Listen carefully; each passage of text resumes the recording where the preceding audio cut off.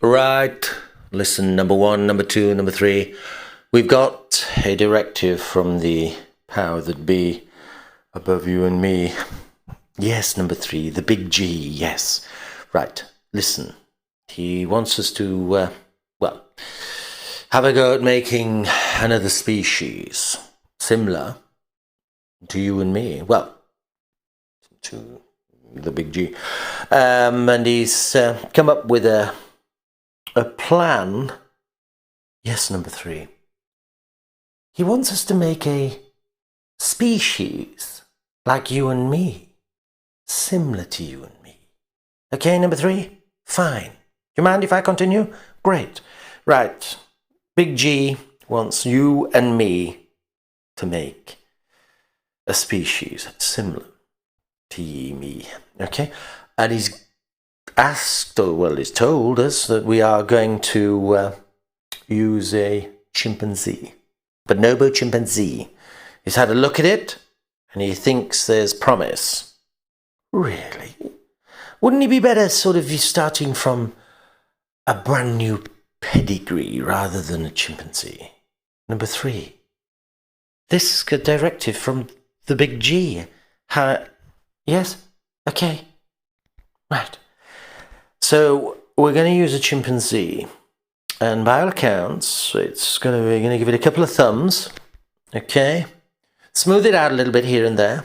And, fill it full of LSD, basically. Our sentient... Our sentience, although it's got a fair amount itself, it's very sociable. It's a very sociable animal, and do you think, sir, that really you'd be better with? Wouldn't you be better with a panspermiation pedigree to let us sort of evolve than this sort of chimpanzee? Number three, we're using a chimpanzee, but it's such a clumsy-looking sort of contraption. This. Arboreal adaptation almost. So we're going to take this chimpanzee from the tree, put it and fill it full of LSD, and then hope that it turns out like you and me. Yes, number three. Similar to that, a sort of a divine design from the big G. So do you mind if I continue? No, sir, go on. Right, good.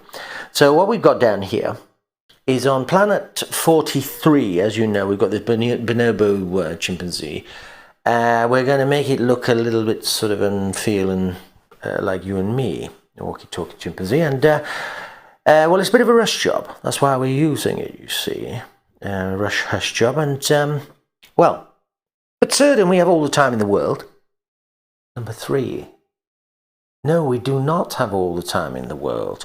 What you think is all the time in the world on a cosmic clock is quite pressé, as they say. What nanoseconds over here, at the other end of 1,000 galaxies is quite a substantial amount of saving and time. Okay, this is why we're not going to mess around. I mean, we've been messing around letting stuff evolve on planet 43 for 4 billion years, and look what we've ended up with. So this is a little bit of a push job. Okay. We're going to put some intelligence into it and see what's going.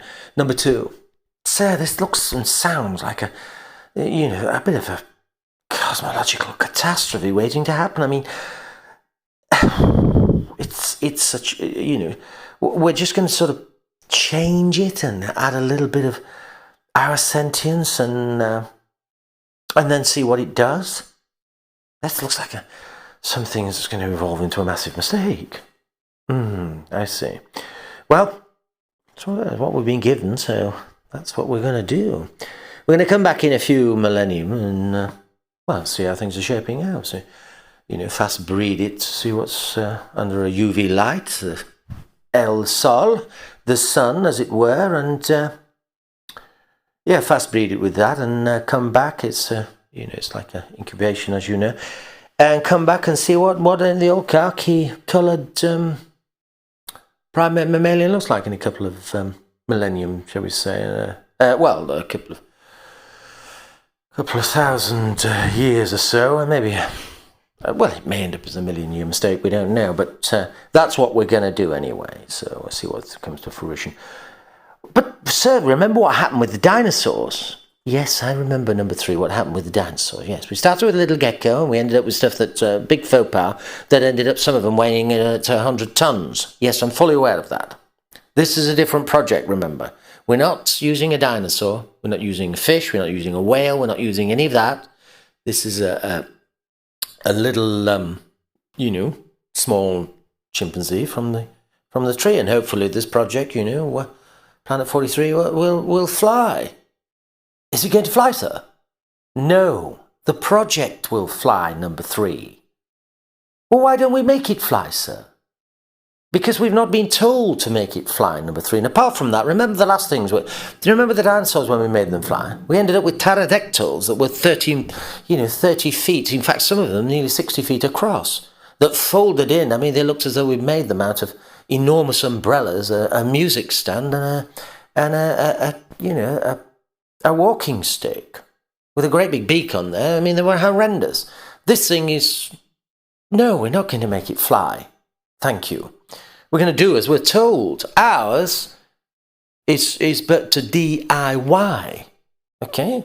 Not as to reason why. So, anyway, we've chosen the chimpanzee, and we're going to fill it full of LSD, and hopefully be walkie-talkie. Well, sir, it looks very clumsy when it's on, it's on the ground. I mean, it's on all fours, don't forget. Yes, I know it is. But that's, that'll only take a few decades to sort of... well, anyway, we're going to make it walk on its back 2 legs, and at speed, it's... why don't we... anyway, that's what we've been given the task of doing, and of course we're going to give it 2 thumbs. Well, why don't we just use a sloth, and then it's got a really big thumb, because the sloth is too dumb. Even with a thumb, it's too dumb.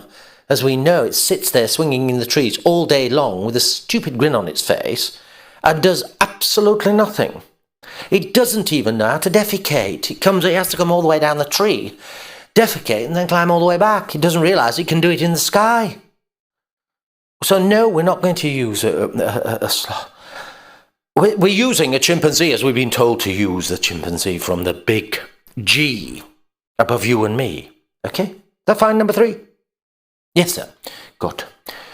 I still think we better pedigree. We're not gonna build it from a pedigree panspermiation, okay? We're using a chimpanzee. Right.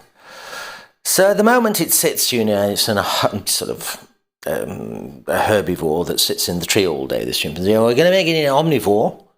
We're going to get it on 2 legs, and hopefully, things we're going to hunter-gatherer. We're going to make it eat a little bit of meat, and we're going to enlarge the neocortex and fill it full of the old LSD, and hopefully, by that we're going to have a fairly good, striding, biopedic, binocular visioned species. Really, sir? Yes. Yes, number 3. And you sure you don't want to add something like a bird or fish? No, it's gone through that. It's we're just going to have it as a erect, species that's walking and talking a little bit like you and me, and see how we get on when we leave it in the Garden of Eden on the plains of Africa, deepest, darkest, and see what goes on.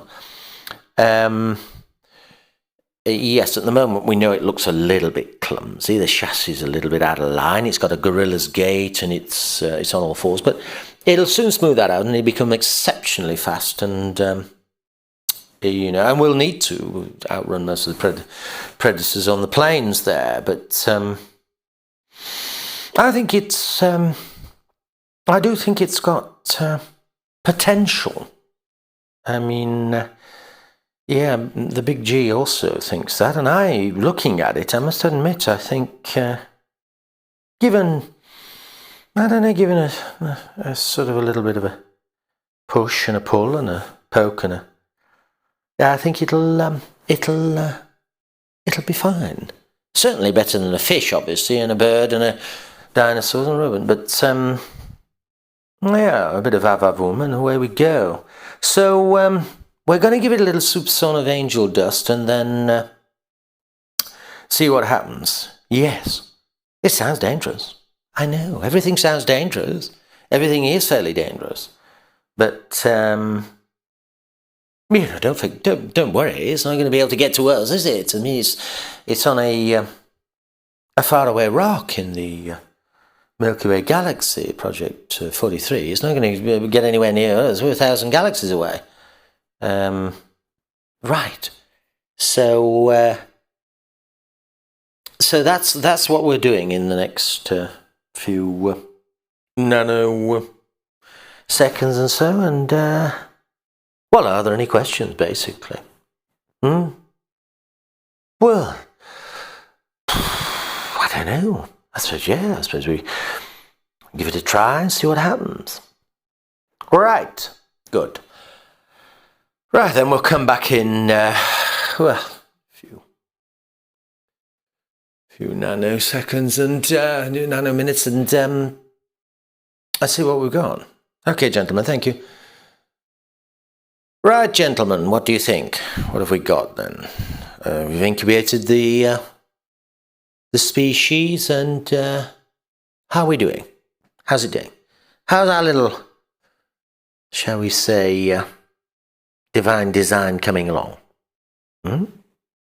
Jesus, what is that? Is that it? Yes, sir. Is that P43 there? That's burning? Good God, what's happened?